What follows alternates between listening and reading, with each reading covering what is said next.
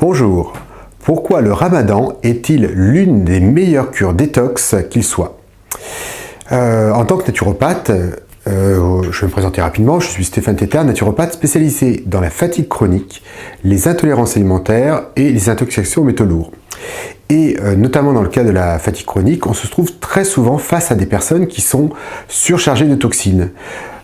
Imaginez votre bureau, juste où les femmes de ménage, et que les femmes de ménage fassent grève pendant 1 an.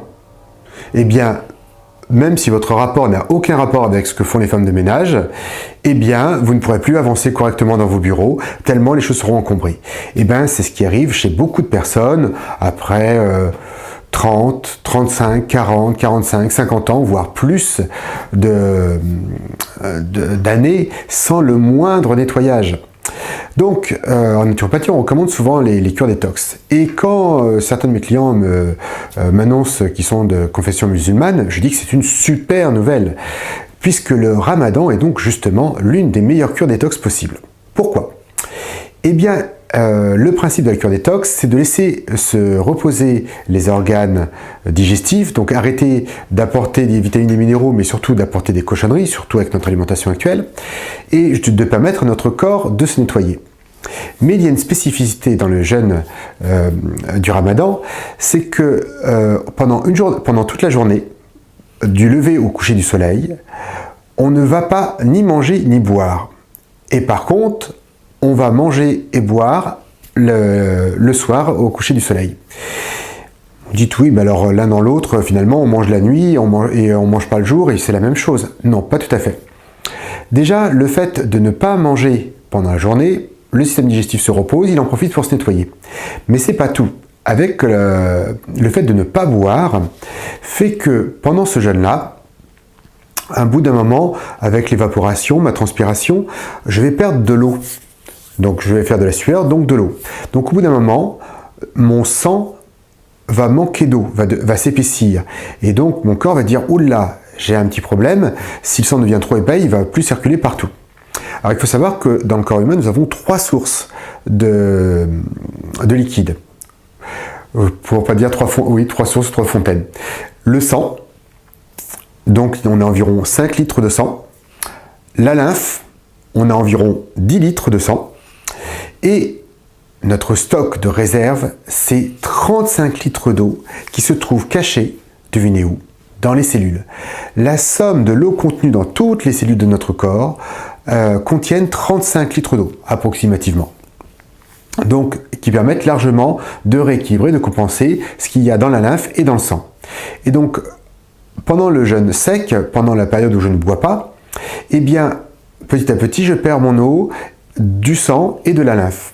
Et donc, mon corps va dire aux cellules, bon, bah, écoutez, là, il faut participer parce que si on n'a plus assez de sang qui circule, on va avoir un problème. Donc, les cellules donnent de leurs os.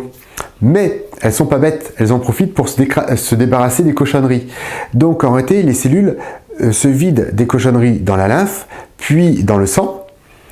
Ce qui fait que d'ailleurs les 2-3 premiers jours où il y a beaucoup de cochonneries stockées, les 2-3 premiers jours du ramadan peuvent mal se passer.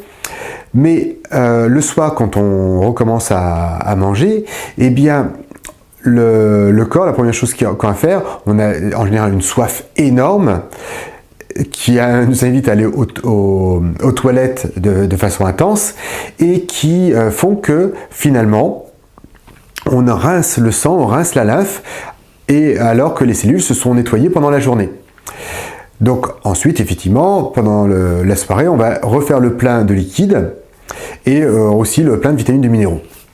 Alors là, c'est justement l'un des endroits où beaucoup de personnes ont dévié par rapport à la tradition, au point que le ramadan, qui devrait être normalement une fête qui met les gens en état de santé, de bien-être, à la fois physique et spirituel, eh bien, est plutôt une torture. Voilà, moi j'ai rencontré beaucoup de musulmans pour qui le ramadan était un marathon spirituel, c'était presque un sacrifice de faire le marathon. Or le ramadan n'est pas comme ça du tout. Le problème de ces personnes-là, les personnes pour qui le ramadan se passe mal pendant toute la durée du ramadan, eh bien c'est simplement qu'ils ont l'habitude de faire la fête après chaque journée. Je me rappelle de collègues qui, après le ramadan, ne rêvaient qu'à un gâteau, des glaces, un coca, enfin, juste un concentré de malbouffe après une journée de jeûne. Ce qui fait qu'en gros, pendant la journée, leur corps se nettoyait et le soir, le corps se réintoxiquait. Et c'est pas tout, en prenant des choses très sucrées le soir du ramadan, eh bien on reste dans le mode sucre.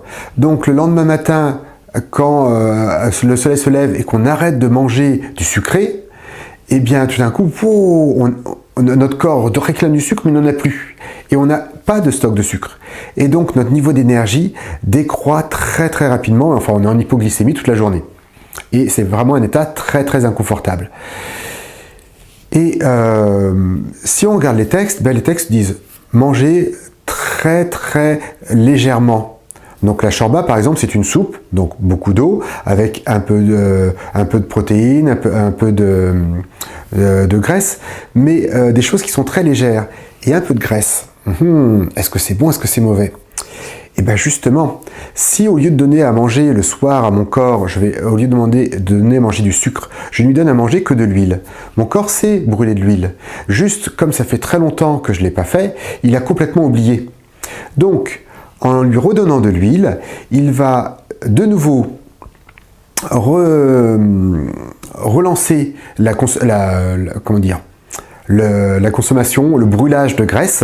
Et donc, non seulement je me retrouve sans coup de pompe pendant la journée, mais en plus, je me débarrasse des petits stocks que je peux avoir accumulés depuis la précédente période du ramadan.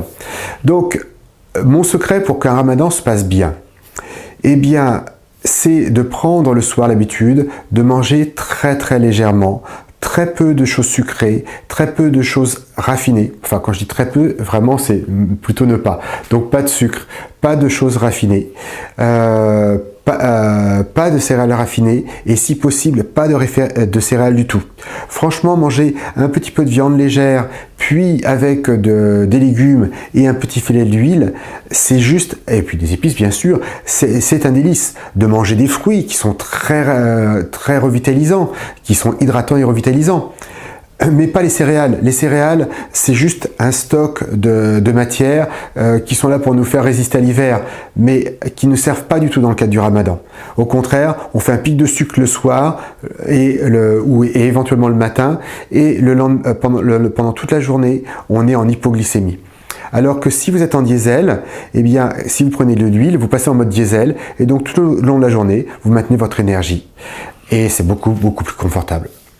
Voilà. Une dernière petite astuce pour les personnes qui souffrent trop de soif pendant la journée, c'est le matin de prendre un lait de coco, une eau de coco, qui sont vraiment, qui sont à la fois qui sont très reminéralisants et très hydratants.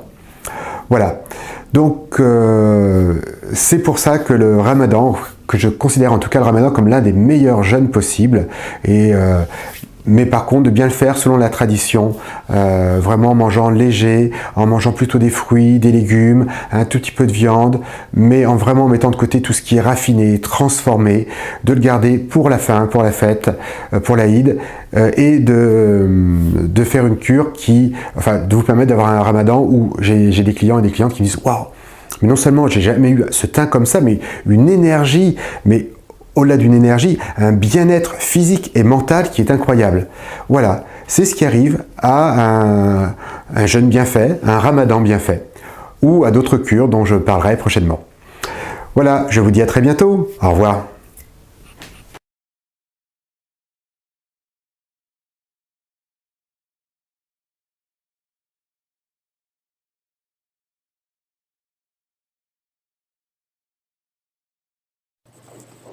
This Ramadan brings with it 18-hour fasts at the peak of summer, a challenge for the body and mind.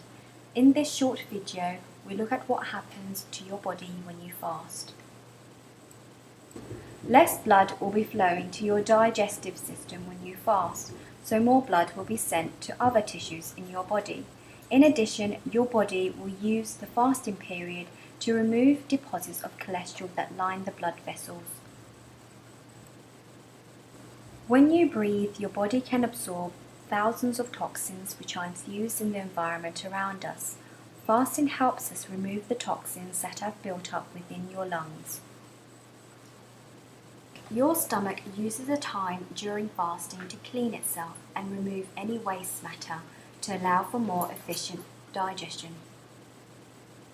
Your intestines also use the time during fasting to clean themselves and remove any waste matter to allow for more efficient digestion. Your liver provides the body with glycogen, the secondary energy source, and breaks down fat to provide glycerol, another energy source. When you are fasting, your kidneys increase the amount of diuresis, the process of excretion of salt and water, which leads to lower blood pressure. The month of fasting can be extremely beneficial for us, mentally, spiritually, and physically.